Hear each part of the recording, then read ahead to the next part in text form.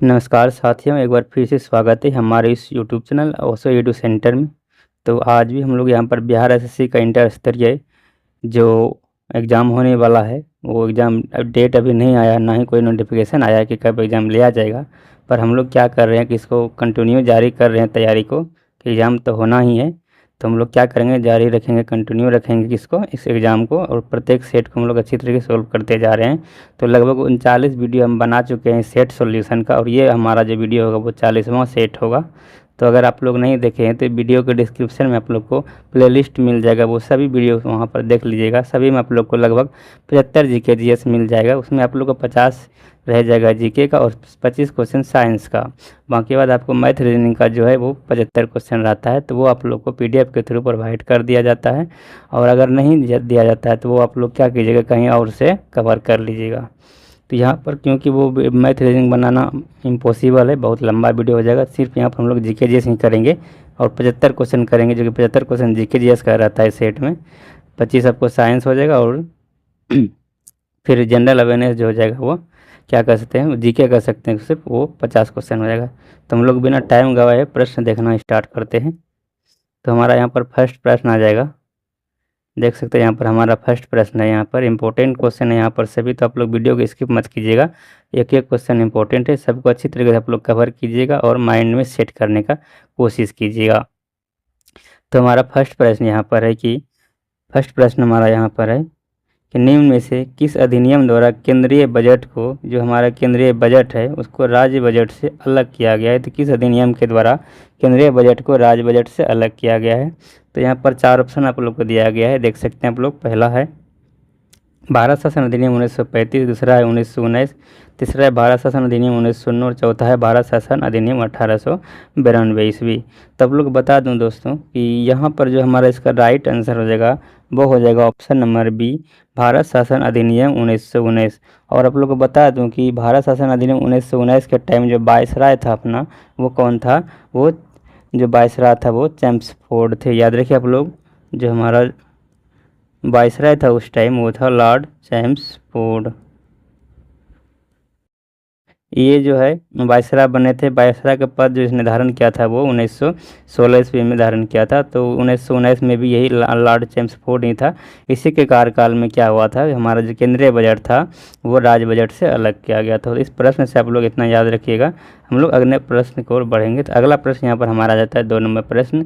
इसमें पूछा जा रहा है आप लोग भारतीय न्यायिक प्रणाली में लोक जनहित याचिका, जिसको हम लोग शॉर्ट में PIL बोलते हैं, की अवधारणा किस देश से ली गई है, ये पूछा जा रहा है। तो आप लोग को बता दूं कि लोक जनहित याचिका जो हमारा यहाँ पर है, लोक जनहित याचिका, इसका शुरुआत जो है वो USA में, मतलब अमेरिका में ही हुआ है। यूनाइटेड स्टेट अमेरिका में ही इसका शुरुआत हुआ है। तो जनहित याचिका आप लोग याद रखिएगा, इसका शुरुआत अमेरिका में ही हुआ है। तो अपना देश जो भारत है, यहाँ पर जो लोक जनहित याचिका लिया गया है वो अमेरिका से ही लिया गया है। तो इसका राइट आंसर हो जाएगा ऑप्शन नंबर बी, संयुक्त राज्य अमेरिका। तो याद रखिए आप लोग, इसका राइट आंसर संयुक्त राज्य अमेरिका हो जाएगा। यहीं से भारत के न्यायिक प्रणाली में लोक जनहित याचिका का अवधारणा जो ली गई है। अगला प्रश्न यहाँ पर है प्रश्न संख्या 3। इसमें पूछा जा रहा है कि राज्य पुनर्गठन से संबंधित JBP समिति ने कब अपनी सिफारिश सरकार के समक्ष पेश किया था।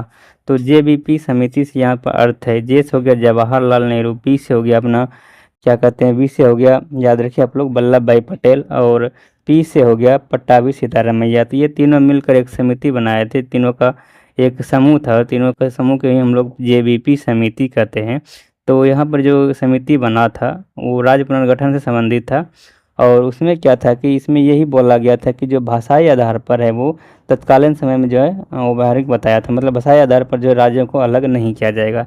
तो यहाँ पर JBP समिति में यही कहा गया था कि भाषाई आधार पर वो क्या कर सकते हैं, देशों को अलग नहीं किया जाए। लेकिन बाद में जो है कुछ घटना घटित हुआ, श्री राम मुल्लू जो कि आप लोग को पता है कि क्या हुआ था, वो बैठ गया था उस पर जो कहते हैं धरना पे बैठ गया, तो उसके बाद उसका मौत हो गया वहीं पे। तो जिसके कारण इसको मतलब रद्द करना पड़ा भाषाई आधार पर।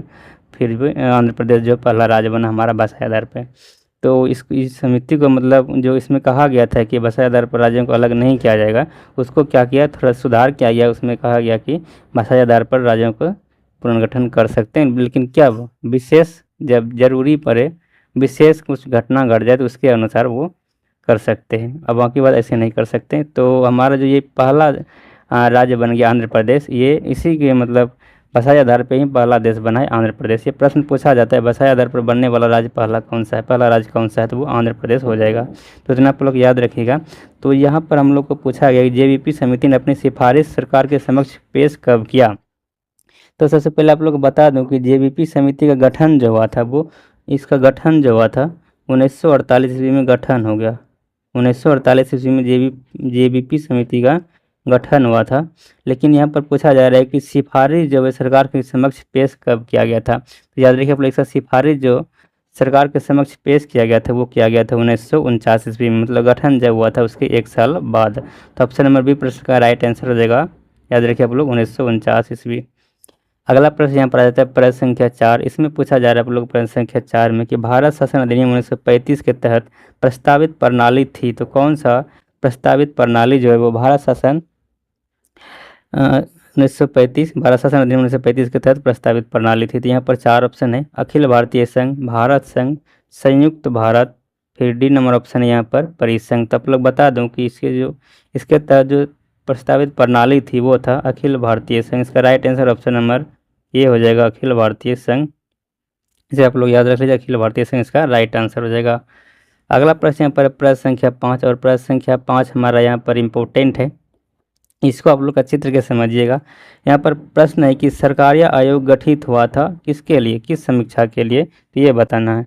तो आप लोग को सबसे पहले बता देता हूँ, जो हमारा सरकारिया आयोग है, सरकारिया आयोग बना था केंद्र और राज्यों के बीच संबंधों के लिए। तो केंद्र और राज्यों के बीच जो संबंध है उससे संबंधित है सरकारिया आयोग।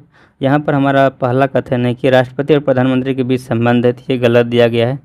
फिर दूसरा कथन कि विधायिका और कार्यपालिका के मध्य संबंध है, ये भी गलत है। फिर तीसरा अपना यहाँ पर है कि कार्यपालिका और न्यायपालिका के मध्य संबंध, ये भी गलत है। फिर राज्य संघ और राज्यों के मध्य संबंध, ये सही दिया गया है। तो ऑप्शन नंबर हमारा जो यहाँ पर कथन 4 है ये सही है। तो यहाँ पर देखिए ऑप्शन नंबर डी है यहाँ पर केवल 4, जब वो क्या है सरकारी आयोग की समीक्षा के लिए। तो इसका right answer option number D हो जाएगा, केवल 4 सही है। तो इस प्रकार का प्रश्न पूछा जाता है। अगला प्रश्न यहाँ पर है प्रश्न संख्या 6। इसमें पूछा जा रहा है आप लोग प्रश्न संख्या 6 में कि भारतीय संविधान में महान्यायवादी के संदर्भ में कौन सा कथन सही है। तो इनमें से कौन सा कथन जो वो सही है महान्यायवादी के संदर्भ में, ये बताना है। तो यहाँ पर देख सकते हैं अपना पहला कथन है कि संविधान के अनुच्छेद 76 के अंतर्गत इसके पद का सृजन, तो ये सही दिया गया। संविधान का अनुच्छेद 76 में ही महान्यायवादी के पद का सृजन किया गया, ये आप लोग याद रखिएगा। अगला यहाँ पर कथन है कि वह बिना सरकार की अनुमति के किसी आपराधिक मामलों में व्यक्ति का बचाव नहीं कर सकता। तो ये भी सही है, बिना सरकार के अनुमति के वो क्या कर सकते हैं, किसी मामलों का व्यक्ति का बचाव नहीं कर सकते आपराधिक मामला में। तो ये भी सही दिया गया है। यहाँ पर तीसरा कथन है कि वह संसद की संयुक्त बैठक में भाग ले सकता है एवं अपना मत भी दे सकता है। तो यहाँ पर जो हमारा आधा पार्ट सही है लेकिन आधा पार्ट गलत है। तो संसद की संयुक्त बैठक में भाग ले सकता है, ये बात सही है, लेकिन वो अपना मत नहीं दे सकता है, तो ये गलत दिया गया था कि मत दे सकता है। तो हमारा 3 नंबर कथन हो गया गलत। बाकी बात कथन 1 और कथन 2 सही। तो यहाँ पर देखिए ऑप्शन नंबर सी हमारा 1 और 2, तो इसका right answer option number C हो जाएगा। अगला प्रश्न पर प्रश्न संख्या 7, और प्रश्न संख्या 7 में आप लोग को पूछा जा रहा है कि पंचायती राज संस्थाओं में आरक्षण संबंधी प्रावधान की चर्चा किस अनुच्छेद के तहत हो मतलब की गई है, यह बताना है। तो किस अनुच्छेद के तहत जब आरक्षण, जो पंचायती राज व्यवस्था में जो आरक्षण संबंधी प्रावधान है वो किस अनुच्छेद के तहत मतलब यहाँ पर ये बताना है। तो यहाँ पर 4 ऑप्शन है, 243 का एच, 243 का डी और 243 का ई और 243 का जी। तो आप लोग बता दूं कि इसका जो राइट आंसर हो जाएगा, सबसे पहले आप लोग बता दूं कि पंचायती राज संस्था का जो वर्णन है वो भाग किस भाग में, जो संविधान में टोटल 22 भाग है उनमें से जो पंचायती राज का वर्णन है वो भाग 9 में, किस भाग में है, भाग 9 में है। उसके बाद एक नगर पालिका आता है, तो नगर पालिका आप लोग 9 ऐसे नहीं लिखा जाता है, 9 ऐसे हो जाएगा रोमन में, तो इसमें है भाग 9 में। बाकी बात आप लोग बता दूँ भाग 9 के को जो हमारा इसमें नगर पालिका का वर्णन है, और भाग 9 के खो में जो है हमारा इसमें सहकारिता समिति का वर्णन है। और यहाँ पर बता दूँ आप लोगों को कि जो पंचायती राज व्यवस्था है ये हमारा जो है पंचायती राज वो किस संविधान संशोधन के द्वारा जोड़ा गया है, तो ये 73वां संविधान संशोधन हो जाएगा। और नगर पालिका से संबंधित जो वो 74वां संविधान संशोधन हो जाएगा। और फिर यहाँ पर हमारा जो सहकारी समिति ये 97वें संविधान संशोधन हो जाएगा। तो इतना आप लोग याद रखिएगा इस कवर से कि हमारा जो यहाँ पंचायती राज का वर्णन है वो भाग 9 में है। 9 का को में नगर पालिका हो गया, 9 का खो में हो गया सहकारिता समिति, और इसमें सभी संविधान संशोधन भी आप लोग को इंक्लूड कर दिया। हमारे यहाँ पर प्रश्न था कि जो आरक्षण संबंधी पंचायती राज का वो किस आर्टिकल में ये बताना है। तो यहाँ पर इसका जो राइट आंसर हो जाएगा वो हो जाएगा ऑप्शन नंबर बी, अनुच्छेद 243 का डी में आरक्षण संबंधी जो हमारा प्रावधान है। यहाँ पर देखिए आरक्षण में 4 शब्द है, 1 2 3 4, इससे आप याद रख सकते हैं कि डी में भी, डी हमारा चौथा नंबर पर है। तो 243 का डी में क्या है, पंचायती राज का आरक्षण से संबंधित है। बात करें पर 243 का जी का बात करें तो 243 का जी में क्या है, तो इसमें पंचायती राज व्यवस्था का जो वो शक्ति का वर्णन है, जो शक्ति जो इसका कार्य क्षेत्र है उसी का वर्णन किस में 243 का जी में है। और बात करें हम लोग 243 का ई में, तो 243 का आर्टिकल ई जो है उसमें वर्णन है, आप लोग को बता दूं कि 243 का ई में जो है वो वर्णन है पंचायती राज व्यवस्था का जो अवधि होता है, जो जितने साल का, जैसे 5 साल का अवधि होता है उसका वर्णन जो यहाँ पर वो आर्टिकल 243 का ई में है। और 243 का एच में जो वर्णन है वो टैक्स से संबंधित है। 243 का एच पंचायती राज व्यवस्था का जो टैक्स से संबंधित आर्टिकल है वो 243 का एच हो जाएगा, ये भी आप लोग याद रख लीजिएगा। अगला प्रश्न यहाँ पर प्रश्न संख्या 8 की धन विधेयक के अतिरिक्त एक विधेयक जो विधानसभा ने प्रथम बार पारित किया हो विधान परिषद में कितने समय तक पड़ा रह सकता है। तो याद रखें आप लोग ये जो है इसका राइट आंसर हो जाएगा ऑप्शन नंबर बी, 3 माह तक पड़ा रह सकता है। अगला प्रश्न पर प्रश्न संख्या 9, इसमें पूछा जा रहा है आप लोग कि अक्टूबर 1934 ईस्वी में कहाँ पर कांग्रेस समाजवादी पार्टी की स्थापना की गई थी। तो याद रखें आप लोग कांग्रेस समाजवादी पार्टी का जो स्थापना किया गया था अक्टूबर 1934 ईस्वी में वो किया गया था पटना में। तो ऑप्शन नंबर सी प्रश्न का राइट आंसर हो जाएगा पटना। अगला प्रश्न पर प्रश्न संख्या 10, इसमें पूछा जा रहा है आप लोगों की रेडक्लिफ समिति किसके लिए नियुक्त की गई थी। तो याद रखिए आप लोग कि रेडक्लिफ समिति जो है ये भारत एवं पाकिस्तान के बीच सीमाओं को निर्धारित करने के लिए नियुक्त की गई थी। तो याद रखिए आप लोग रेडक्लिफ समिति को। उसके बाद मैकमोहन लाइन जो है वो भारत और चीन के बीच हो जाएगा, और डुरंड लाइन जो है वो भारत और अफगानिस्तान के बीच हो जाएगा। उसके बाद पाक जल संधि जो है हमारा वो भारत और श्रीलंका के बीच है, ये भी आप लोग याद रख लीजिएगा। और मन्नार की खाड़ी जो हमारा यहाँ पर मन्नार की खाड़ी, और याद रखिए आप लोग पाक जल संधि, ये दोनों जो है वो भारत और श्रीलंका के बीच ही हैं। अगला प्रश्न यहाँ पर प्रश्न संख्या 11, इसमें आप लोग को पूछा जा रहा है कि guilty man of India's partition पुस्तक किसने लिखी है। तो याद रखिएगा आप लोग कि guilty man of India's partition पुस्तक जो लिखा गया है वो राम मनोहर लोहिया के द्वारा लिखा गया है। 11 का डी राइट आंसर हो जाएगा राम मनोहर लोहिया। अगला प्रश्न यहाँ पर प्रश्न संख्या 12, इसमें पूछा जा रहा है आप लोगों को प्रश्न संख्या 12 में कि किस वर्ष दास्ता को अपराध घोषित किया गया था। तो किस वर्ष जो है वो दास्ता को अपराध घोषित किया था। यहाँ पर 4 ऑप्शन दिया गया आप लोग को, 1860, 1789, 1858 और 1833 ईस्वी। आप लोग बता दूं कि दास्ता को जो अपराध घोषित किया गया था वो 1860 ईस्वी में भारतीय दंड संहिता के अंतर्गत किया गया था। इसका राइट आंसर ऑप्शन नंबर ये हो जाएगा 1860 ईस्वी, याद रखिएगा आप लोग। अगला प्रश्न यहाँ पर प्रश्न संख्या 13 कि कांग्रेस के किस स्थान पर हुए अधिवेशन में गोपाल कृष्ण गोखले को विपक्ष की नेता उपाधि दी गई थी। तो कौन सा अधिवेशन था कांग्रेस का जिसमें कि गोपाल कृष्ण गोखले जो इसको विपक्ष का नेता की उपाधि दी गई थी। आप लोग को बता दें जो कांग्रेस का 21वां अधिवेशन हुआ था 1905 ईस्वी में। याद रहे आप लोग, कांग्रेस का 21वां अधिवेशन जो हुआ था 1905 ईस्वी में, ये कहाँ हुआ था, ये बनारस में हुआ था। तो बनारस में ही इसकी अध्यक्षता जो किया गया था वो किया गया था गोपाल कृष्ण गोखले के द्वारा अध्यक्षता की गई थी। तो इसी में क्या किया गया था कि गोपाल कृष्ण गोखले जी को विपक्ष का नेता की उपाधि दी गई थी। तो याद रखें आप लोग ऑप्शन नंबर सी प्रश्न का राइट आंसर जगह बनारस में हुआ था 21वां कांग्रेस का अधिवेशन जो 1905 ईस्वी में हुआ था, और इसका अध्यक्षता किसने किया था, गोपाल कृष्ण गोखले जी ने किए थे। तो इसका right answer option number C हो गया। अगला प्रश्न यहाँ पर है प्रश्न संख्या 14 की गांधी जी द्वारा रॉलेट एक्ट के विरोध में कब पूरे देश में हड़ताल आयोजन किया गया था। तो याद रखें आप लोग रॉलेट एक्ट जो हमारा यहाँ पर वो 1919 में संबंधित है, लेकिन यहाँ पर हम लोग को डेट के साथ जानना है। तो आप लोग बता दूं कि रॉलेट एक्ट जो लाया गया था वो जो महात्मा गांधी जो रॉलेट एक्ट का विरोध किया था वो कब किया था, वो विरोध किए थे महात्मा गांधी ने, वो 19 मार्च 1919 ईस्वी को विरोध किए थे। लेकिन यहाँ पर प्रश्न है कि ये इसका जो हड़ताल का हुआ था, वो हड़ताल का आयोजन कब किया गया था। तो याद रखिए आप लोग, हड़ताल का आयोजन किया गया था 6 अप्रैल 1919 ईस्वी को। तो इसका राइट आंसर ऑप्शन नंबर ये हो जाएगा 6 अप्रैल 1919 ईस्वी। तो इतना आप लोग याद रखिएगा। बाकी बाद आप लोग को जस्ट बताया कि 19 मार्च 1919 को जो इसका विरोध स्टार्ट किया गया था महात्मा गांधी के द्वारा, लेकिन हड़ताल का आयोजन जो है वो 6 अप्रैल 1919 ईस्वी को किया गया है। अगला प्रश्न यहाँ पर आ जाएगा प्रश्न संख्या 15, और प्रश्न संख्या 15 में आप लोग को पूछा जा रहा है यहाँ पर कि भारत सरकार अधिनियम 1935, भारत सरकार अधिनियम 1935 ईस्वी को गुलामी का अधिकार पत्र किसने कहा था। तो इसको किसने गुलामी का पत्र का अधिकार कहा था। तो याद रखिए आप लोग, इसको कहा गया था जवाहरलाल नेहरू के द्वारा। इसका right answer option number D हो जाएगा, जवाहरलाल नेहरू। अगला प्रश्न यहाँ पर प्रश्न संख्या 16, और प्रश्न संख्या 16 हमारा इंपॉर्टेंट है, खास करके बिहार एसएससी के लिए, क्योंकि ये बिहार से संबंधित ये क्वेश्चन है। प्रश्न पूछा जा रहा है कि बिहार में लोटा विद्रोह 1856 ईस्वी में हुआ था। पूछा जा रहा है कि किस स्थान पर हुआ था ये लोटा विद्रोह, ये बताना है। तो आप लोग बता दूं कि बिहार में जो लोटा विद्रोह हुआ था वो मुजफ्फरपुर में हुआ था। तो ऑप्शन नंबर बी प्रश्न का राइट आंसर हो जाएगा। बहुत बड़े प्रश्न बन चुका है सेट में, तो इसे आप लोग जरूर याद रख लीजिएगा। लोटा विद्रोह जो हुआ था वो मुजफ्फरपुर में हुआ था। अगला प्रश्न यहाँ पर प्रश्न संख्या 17, इसमें पूछा जा रहा है आप लोग प्रश्न संख्या 17 में कि अकबर के शासनकाल में बिहार कितने सरकारों में विभाजित था। तो याद रखें आप लोग, अकबर के शासनकाल में बिहार जो वो 7 सरकारों में विभाजित था। तो ऑप्शन नंबर सी प्रश्न का राइट आंसर जगह बिहार उस टाइम 7 क्या कर सकते हैं, 7 सरकारों में विभाजित था। अगला प्रश्न यहाँ पर है प्रश्न संख्या 18, इसमें पूछा जा रहा है आप लोग प्रश्न संख्या 18 में कि सल्तनत काल में मंत्री परिषद को क्या कहा जाता था। सल्तनत का जो कि आप लोग पता है कि ये आप लोग को पता है कि जैसे कि पहला सल्तनत काल का जो वंश था वो कौन सा था, गुलाम वंश हुआ।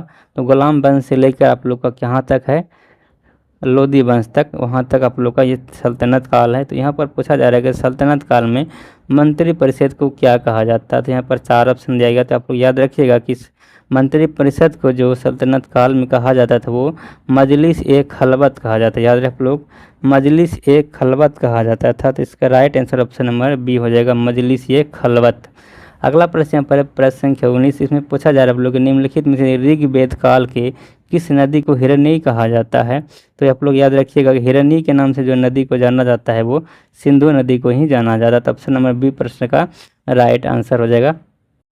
अगला प्रश्न यहाँ पर आ जाए प्रश्न संख्या 20 कि भगवान महावीर का प्रथम अनुयायी कौन था। तो भगवान महावीर का याद रखें आप लोग, प्रथम अनुयायी जो बने थे वो जमाली बने थे, जो कि उसी का कौन था, जमाली जो है वो महात्मा बुद्ध के ही क्या थे, दामाद थे। तो ऑप्शन नंबर सी प्रश्न का राइट आंसर हो जाएगा। नेक्स्ट प्रश्न अपना यहाँ पर प्रश्न संख्या 21, इसमें आप लोग को पूछा जा रहा है कि ग्रीनविच में जब ग्रीनविच में दोपहर 1 बजा हो तो उस समय भारत का, जब ग्रीनविच में दोपहर के 1 बजा तो उस समय भारत का मानक समय रेखा होगा। तो भारत में उस टाइम कितना बजा होगा जब ग्रीनविच में 1 बजेगा। जैसे को पता आप लोग को कि ग्रीनविच से अपना भारत का जो मानक समय रेखा है वो 5.5 घंटा आगे है। 5.5 घंटा अपना क्या है, भारत का मानक समय रेखा है वो आगे है। तो यहाँ पर हम लोग को पूछा जा रहा है कि ग्रीनविच में कितना बजा है, दोपहर के 1 बजा है, तो भारत में उस टाइम कितना बजेगा। तो 5.5 जोड़ देंगे तो हो जाएगा 6:30। तो 6:30 बजेगा उस टाइम। तो इसका जो राइट आंसर वो ऑप्शन नंबर डी हो जाएगा, शाम के 6:30 बजे हो जाएगा। अगला प्रश्न यहाँ पर प्रश्न संख्या 22, इसमें आप लोग को पूछा जा रहा है कि पृथ्वी की अपने अक्ष में सूर्य से निकटतम दूरी को क्या बोलते हैं। जब पृथ्वी अपने अक्ष में सूर्य से निकटतम दूरी पे होते हैं उसको हम लोग बोलते हैं उपसौर। तो याद रखिए आप लोग, उपसौर कब बोलेंगे, जब पृथ्वी सूर्य से निकटतम दूरी पर हो। तो यहाँ पर प्रश्न का जो राइट आंसर हो जाएगा वो ऑप्शन नंबर बी हो जाएगा, उपसौर। बाकी बाद हम लोग अपसौर देखें तो अपसौर उसे कहा जाता है जब पृथ्वी जो हमारा जो है वो सूर्य से अधिकतम दूरी पर हो। अधिकतम दूरी पर अपसौर हो जाएगा, न्यूनतम दूरी पर उपसौर होगा। और यहाँ पर देख सकते हैं आप लोग, तीसरा ऑप्शन है अपभू। अपभू आप लोग याद रखिए, जब चंद्रमा से अधिकतम दूरी पर अपना पृथ्वी होता है तो उसे बोलते हैं अपभू। और लेकिन उपभू यहाँ पर है उसमें ये क्या हो जाएगा, उपभू हो जाएगा। चंद्रमा से निकटतम दूरी पर जब पृथ्वी होगा तो उसे हम लोग कहेंगे उपभू। तो यहाँ पर चारों ऑप्शन हम लोग यहाँ पर अच्छी तरीके डिस्कस किए हैं कि अपसौर जो हो गया अपना पृथ्वी सूर्य से अधिकतम दूरी पर होगा तो अपसौर हो गया। पृथ्वी सूर्य से न्यूनतम दूरी पर होगा तो उप सौर होगा, और पृथ्वी जो है वो चंद्रमा से अधिकतम दूरी पर होगा तो अपभू बोलेंगे, और पृथ्वी जो है चंद्रमा से अगर न्यूनतम दूरी पर होगा तो उसे बोलते हैं उपभू। तो इतना आप लोग याद रखिएगा। अगला प्रश्न यहाँ पर है प्रश्न संख्या 23। इसमें आप लोग को पूछा जा रहा है कि दक्षिण भारत का सर्वोच्च शिखर का नाम है। तो दक्षिण भारत का सर्वोच्च शिखर जो है वो अन्नाई मुडी। तो इसका right answer option number D हो जाएगा, याद रखिए आप लोग। और बात यहाँ पर करें डोडा बेटा, जो डोडा बेटा है वो अपना नीलगिरी पहाड़ी जो है दक्षिण भारत में, उसका सबसे ऊंची चोटी जो है वो डोडा बेटा है। इसका राइट आंसर ये प्रश्न पूछा जाता है कि नीलगिरी पहाड़ी का सबसे ऊंची चोटी जो है वो कौन सा है, तो वो डोडा बेटा ही है, याद रखिएगा आप लोग। अगला प्रश्न यहाँ पर है प्रश्न संख्या 24। इसमें आप लोग को पूछा जा रहा है 24 में कि निम्नलिखित में से कौन सी नदी भ्रंश घाटी से होकर प्रभावित होती है। तो याद रखिए आप लोग, भ्रंश घाटी से प्रभावित होने वाली नदी जो है वो नर्मदा नदी है। तो ऑप्शन नंबर ये प्रश्न का राइट आंसर हो जाएगा। अगला प्रश्न पर प्रश्न संख्या 25, और प्रश्न संख्या 25 में आप लोग को पूछा जा रहा है कि सूची 1 को सूची 2 से मिलान करना है। तो हमारा एक साइड में धारा है और समुद्री धारा है, दूसरे टाइप में महासागर है, तो यहाँ पर मिलान करना है। तो देखिए यहाँ पर हमारा जो यहाँ पर हो जाएगा अगुलहास धारा, जो अगुलहास धारा है वो हिंद महासागर में बहती है। और बात करें एल नीनो धारा का, तो एल नीनो धारा जो हमारा वो दक्षिण प्रशांत महासागर में प्रवाहित होता है। और बात करें यहाँ पर क्यूरोसिवो धारा, तो क्यूरोसिवो आप लोग याद रखिएगा उत्तरी प्रशांत महासागर में। और बेंगोला धारा जो है वो बेंगोला धारा वो दक्षिणी अटलांटिक महासागर में। तो इसका मिलान करने के बाद आप लोग पता चलिए इसका राइट आंसर जो है हमारा यहाँ पर ऑप्शन नंबर सी हो जाएगा।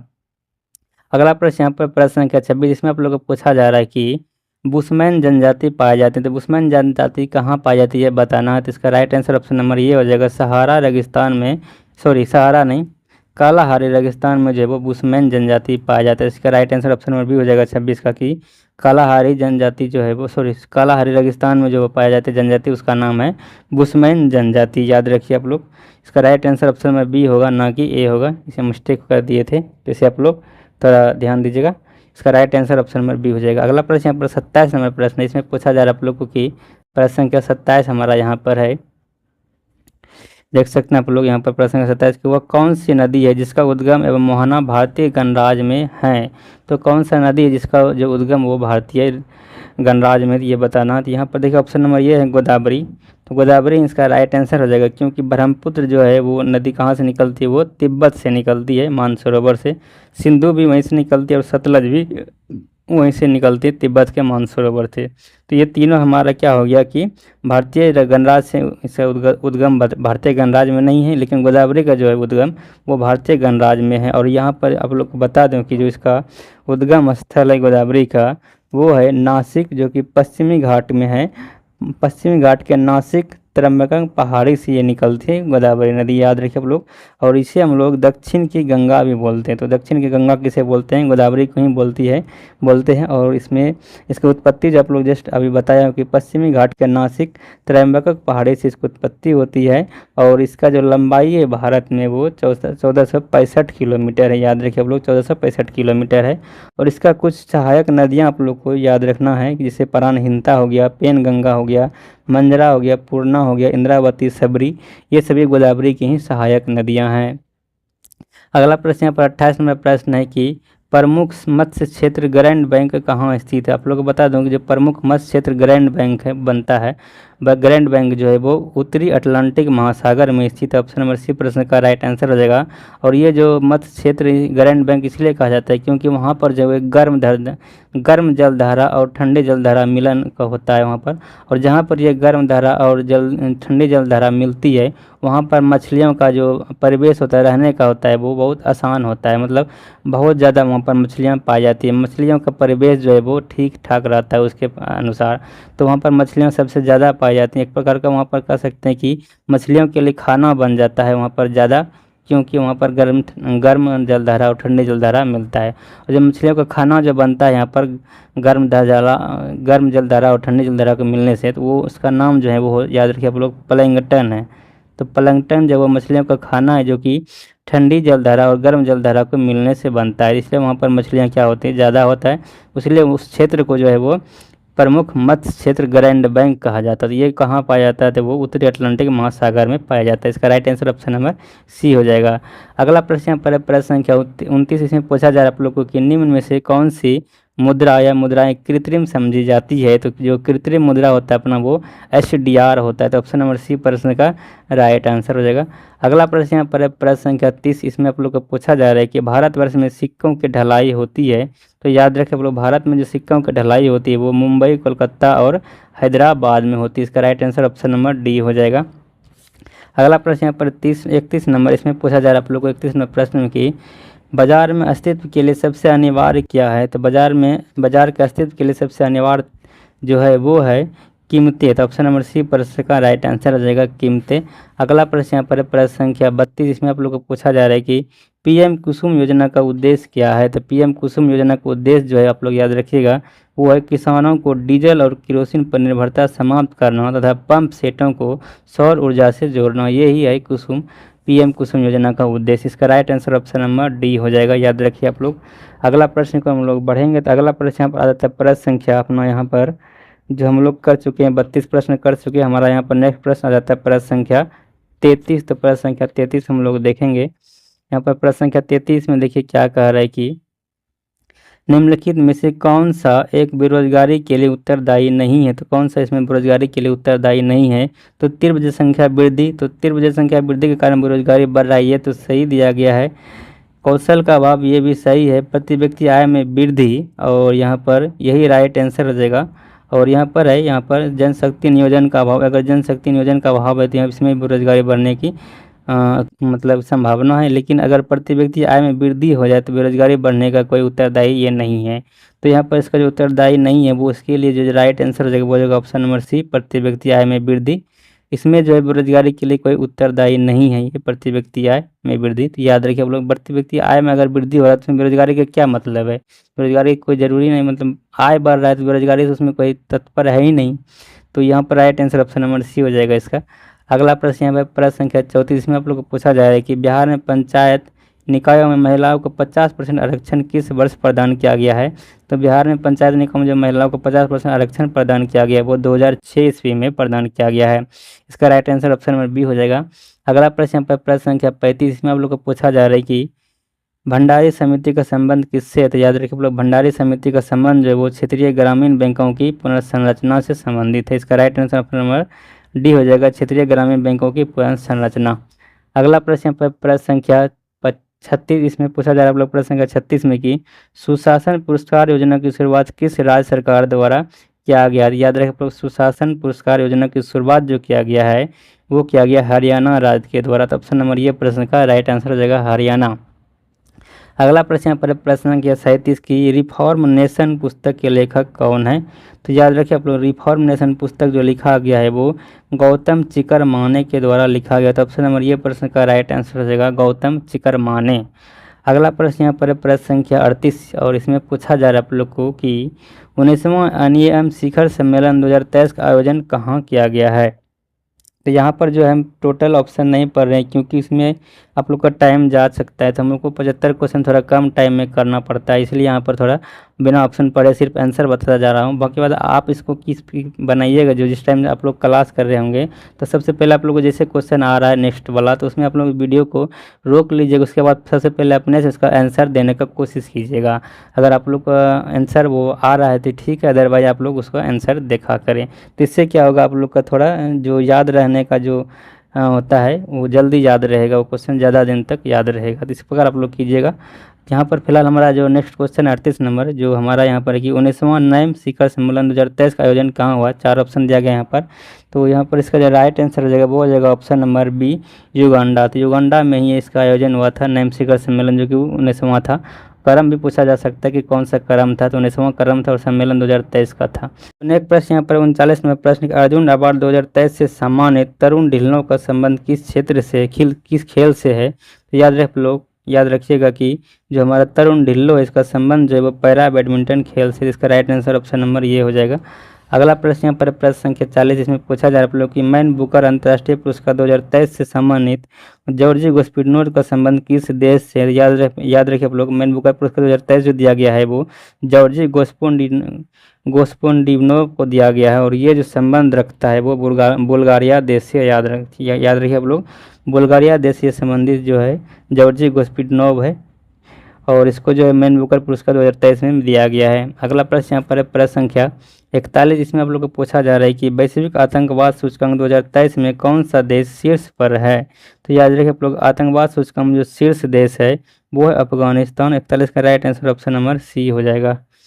अगला प्रश्न यहाँ पर प्रश्न संख्या 42, और इसमें आप लोग को पूछा जा रहा है प्रश्न संख्या 42 में कि उच्च शिक्षण संस्थानों की रैंकिंग में किसे सर्वश्रेष्ठ विश्वविद्यालय का खिताब दिया गया है?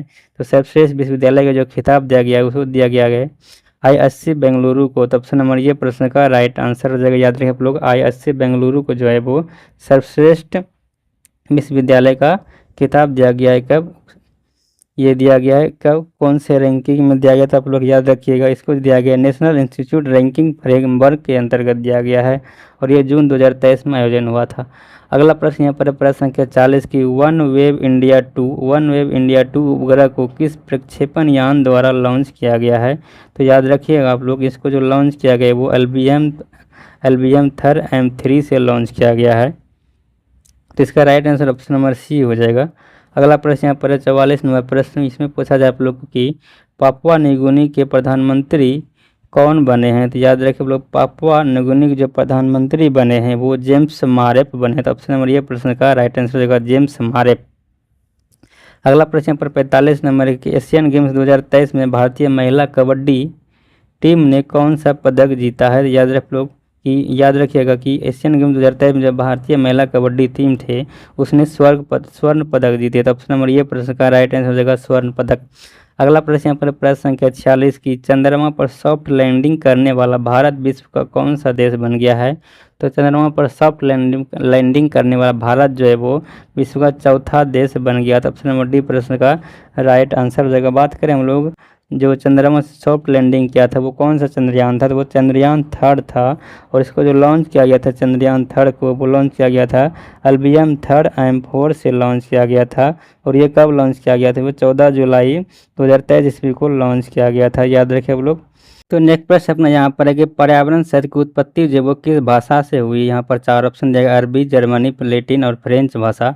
तो आप लोग को बता दो कि पर्यावरण शब्द का जो इंग्लिश वर्ड होता है इन्वायरमेंट, और इन्वायरमेंट का जो उत्पत्ति हुआ है वो इन्वायरोनर शब्द से हुआ है, जो कि इन्वायरोनर जो शब्द है ये हमारा फ्रेंच शब्द है। इन्वायरोनर यहाँ पर लिखा हुआ दिख रहा होगा, इसी से जो है पर्यावरण शब्द की उत्पत्ति हुआ। इसका right answer option number D हो जाएगा, फ्रेंच शब्द का ये शब्द है पर्यावरण। अगला प्रश्न यहाँ पर है प्रश्न संख्या 48, इसमें पूछा जाए आप लोगों की कृष्णा नदी की सहायक नदी कौन सा नहीं है? यहाँ पर आप लोग देख सकते हैं। तो 4 ऑप्शन अपना यहाँ पर है पंचगंगा, वर्धा, घाट प्रवाह और कोयना। तो याद रखिए आप लोग कि पंचगंगा, घाट प्रवाह और कोयना ये सभी जो है वो कृष्णा नदी की सहायक नदी है, लेकिन वर्धा जो है हमारा वो कृष्णा की सहायक ना होकर किसकी सहायक नदी है? ये जो है गोदावरी की सहायक नदी है अपना वर्धा। तो इसे आप लोग याद रखिएगा, गोदावरी की सहायक नदी है वो वर्धा नदी।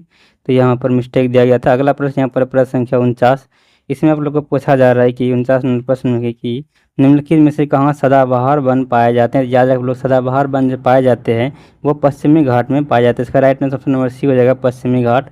अगला प्रश्न यहाँ पर है प्रश्न संख्या 50 की लिबेरो शब्दावली का संबंध किस खेल से है? तो याद रखिए आप लोग कि लिबेरो शब्दावली का संबंध जो है वो संबंधित है कौन से खेल से? तो वो वॉलीबॉल से संबंधित है लिबेरो शब्द। और आप लोग को बता दूं कि वॉलीबॉल में जो टोटल खिलाड़ियों की संख्या होता है वो कितना होता है? तो 6 होता है। उसके बाद आप लोग याद रखें कबड्डी में 7 हो गया, बास्केटबॉल में 5 हो गया, वाटर पोलो में 7 हो गया, बेसबॉल में 9 और पोलो में टोटल 4 खिलाड़ी होता है। तो ये भी आप लोग याद रख लीजिएगा। अगला प्रश्न यहाँ पर प्रश्न संख्या 51 के नमक और रेत के मिश्रण से नमक को अलग करने का सही क्रम कौन सा है? तो नमक को रेत से अलग करने के लिए हम लोग क्या करेंगे, सबसे पहले उसको पानी में घोलेंगे। पानी में घुलाने के बाद क्या करेंगे, जो हमारा यहाँ पर क्या होगा कि वो जो रेत है हमारा वो नीचे बैठ जाएगा। उसके बाद पानी को छाँक के हम लोग निकाल लेंगे, फिर पानी को वाष्पित करके हम लोग क्या कर सकते हैं, नमक को अलग कर सकते हैं। तो इसका राइट आंसर ऑप्शन नंबर ये ही हो जाएगा। सबसे पहले घुलाएंगे, फिर निस्पंदन करेंगे, उसके बाद वाष्पीकरण करेंगे। इसका राइट आंसर ऑप्शन नंबर ये हो जाएगा, घुलाना, निस्पंदन और वाष्पीकरण। तो याद रखिए आप लोग। अगला प्रश्न यहाँ पर है प्रश्न संख्या 52, और प्रश्न संख्या 52 में आप लोग को पूछा जा रहा है, देख सकते हैं यहाँ पर प्रश्न संख्या 52 अपना यहाँ पर कि निम्नलिखित में से कौन सा विटामिन हमारे शरीर में सूर्य की किरणों को सहायता से संश्लेषित होता है? तो याद रखिए हम लोग जानते हैं कि सूर्य में जो है वो सूर्य के प्रकाश में विटामिन डी पाया जाता है। ऑप्शन नंबर ये प्रश्न का राइट आंसर हो जाएगा विटामिन डी। और इसका आप लोग को पता है कि जो रासायनिक नाम है विटामिन डी का वो है कैल्सीफेरॉल। और विटामिन बी हमारा यहाँ पर जिसकी कमी से कौन सा रोग होता है, बेरी होता है। विटामिन ए की कमी से रतौंधी, और विटामिन के की कमी से क्या होता है, खून जमता नहीं है। अगला प्रश्न पर प्रश्न संख्या 53, इसमें पूछा जाए आप लोग प्रश्न संख्या 53 में कि स्टिल्ट रूट्स, जिसको हम लोग यहाँ पर इंग्लिश में लिखा है स्टिल्ट रूट्स, वो मौजूद होता है। तो किसमें मौजूद होता है स्टिल्ट रूट्स, ये बताना है। तो इसका right answer option number C होगा, गन्ना और मक्का में जो स्टिल्ट रूट्स पाया जाता है। इसका right answer option number C हो जाएगा। अगला प्रश्न यहाँ पर 54 नंबर प्रश्न में आप लोग को पूछा जा रहा है कि एक अवशोषित चालक पर आवेश होता है तो कहाँ पर आवेश होता है? तो याद रखिए आप लोग, आवेश जो होता है चालक पर वो बाहरी सतह पर होता है। तो ऑप्शन नंबर ये प्रश्न का राइट आंसर हो जाएगा कि अवशोषित चालक पर जो आवेश होता है वो बाहरी सतह पर होता है। अगला प्रश्न यहाँ पर है प्रश्न संख्या 55, इसमें पूछा जा रहा है आप लोगों की स्वपेशी में आंतरिक कोशिकीय ऊर्जा किस समूह में संग्रहित होता है? तो याद रखिए आप लोग, स्वपेशी जैसे कि पादप हो गया हमारा, वो क्या एक स्वपेशी है। तो इसमें जो कोशिकीय ऊर्जा होता है वो संग्रहित होता है स्टार्च के रूप में। तो ऑप्शन नंबर सी प्रश्न का राइट आंसर हो जाएगा। मनुष्यों में जो होता है वो ग्लाइकोजन के रूप में जो होता है वो संग्रहित होता है। अगला प्रश्न यहाँ पर है प्रश्न संख्या 56, इसमें आप लोग को पूछा जा रहा है कि निम्नलिखित में से कौन यीस्ट द्वारा अवायवीय श्वसन के द्वारा उत्पाद है? तो याद देखिए आप लोग, जो हमारे यहाँ पर ऑप्शन नंबर सी है कार्बन डाइऑक्साइड, शराब और ऊर्जा, इसका उत्पादन जो होता है वो ईस्ट द्वारा होता है। अवायवीय श्वसन मतलब जो अवायवीय श्वसन उसे कहते हैं जो कि वायु की अनुपस्थिति में होता है, मतलब ऑक्सीजन की अनुपस्थिति में होता है। तो इसमें जो हमारा उत्पाद होता है वो कार्बन डाइऑक्साइड, शराब और ऊर्जा हो जाएगा। अगला प्रश्न यहाँ पर 57वां प्रश्न, इसमें पूछा जा रहा है आप लोगों कि इनमें से कौन परागन को संदर्भित करता है? तो परागन हम लोग किसे बोलते हैं, ये सबसे पहले आप लोग इसको समझने के लिए एक फिगर देख सकते हैं। एक हमारा यहाँ पर समझ लीजिए, ये फ्लावर है हमारा। इस फ्लावर में आप लोग को पता है कि एक पुंकेसर होता है और क्या क्या होता है, पुंकेसर होता है। उसके बाद यहाँ पर हमारा ये हो गया स्त्री केसर। इसमें यहाँ आप लोग को इस प्रकार का निकला हुआ रहता है, आप लोग को पता है यहाँ पर रहता है इस प्रकार का। इसको हम लोग बोलते हैं क्या, पुंकेसर बोलते हैं। ये हमारा फूल हो गया और यहाँ पर दल पुंज होता है। तो अगर हम लोग यहाँ पर कच्चा, ये हमारा इस प्रकार एक प्रकार का रूट फिगर कर सकते हैं, कोई एग्जैक्ट फिगर बनाया नहीं बस समझने के लिए। तो मेन जो हमारा बीच में होता है उसको बोलते हैं स्त्री केसर, और यहाँ पर जो हमारा इसको बोलते हैं पुंकेसर। तो पुंकेसर के ऊपर में होता है क्या, परागकोश होता है, यहीं से जो है परागकण निकलता है। तो यहाँ से परागकण निकल के यहाँ पर वर्तिका तक आएगा। किस प्रकार का आएगा, तो कभी हवा के द्वारा आ सकता है, कीटों के द्वारा लाया जाता है। तो यही इसका क्या होगा, यहाँ से जो परागकण जो हमारा परागकोश से वो जो किसी प्रकार से यहाँ पर मिल जाता है वर्तिका में, तो इसे हम लोग कहते हैं परागन। तो यही यहाँ पर ऑप्शन नंबर देख सकते हैं, ऑप्शन नंबर सी जो हमारा यहाँ पर है कि परागकोश से वर्तिकाग्र में पराग का स्थानांतरण को हम लोग क्या कहते हैं, परागन कहते हैं। तो ऑप्शन नंबर सी प्रश्न का राइट आंसर हो जाएगा। अगला प्रश्न यहाँ पर है प्रश्न संख्या 58, इसमें आप लोग को पूछा जा रहा है कि क्लिनिकल थर्मामीटर जो कि डॉक्टरों के पास रहता है थर्मामीटर, इसमें आप लोग देखिएगा कि जो सीमा रहता है वो 35 डिग्री सेल्सियस से 42 डिग्री सेल्सियस तक रहता है। तो ऑप्शन नंबर ये प्रश्न का राइट आंसर हो जाएगा। अगला प्रश्न यहाँ पर प्रश्न संख्या 59 के गैसों के अणुओं को गतिज ऊर्जा जब बढ़ती कब बढ़ती, जब तापमान वृद्धि करेंगे तो गैस के अणुओं में गतिज ऊर्जा क्या हो जाएगा, बढ़ जाएगा। तो ऑप्शन नंबर बी प्रश्न का राइट आंसर हो जाएगा। अगला प्रश्न यहाँ पर प्रश्न संख्या 60, इसमें आप लोग को पूछा जा रहा है कि इलेक्ट्रिक हीटर में परिवर्तित होती है। तो इलेक्ट्रिक हीटर जो हमारा है वो क्या होता है कि विद्युत ऊर्जा को उसमें ऊर्जा में परिवर्तित करता है। तो ऑप्शन नंबर डी प्रश्न का राइट आंसर हो जाएगा, विद्युत ऊर्जा को क्या करता है, उसमें ऊर्जा में परिवर्तित करता है।